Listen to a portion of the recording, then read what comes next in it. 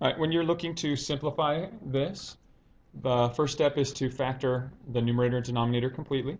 So in the numerator, hopefully you can identify that you have a common factor of all three terms of x, so we can remove that common factor before we look to factor further.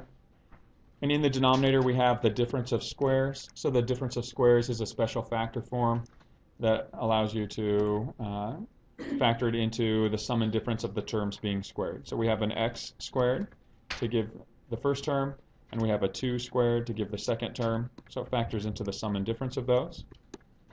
And then the final step here is to factor this numerator completely. And so here we have a leading coefficient of 1, so we know our first terms are x's. Our constant is a 6, so we're looking for two factors of 6 whose sum is plus 5.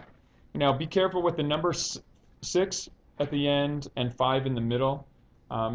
There's several different combinations that work if you don't take the signs into consideration, so you need to be careful with your sign. And so what two numbers give you a product of 20 or a product of 6 but a sum of 5? And it's a positive 2 and a positive 3. Okay, and so now you can see that these are the factors that cancel. Your simplified form, just leave it as factors in the numerator. X times x plus 3 all over x minus 2. And you do have a domain restriction that was canceled from the denominator, so you have to account for that.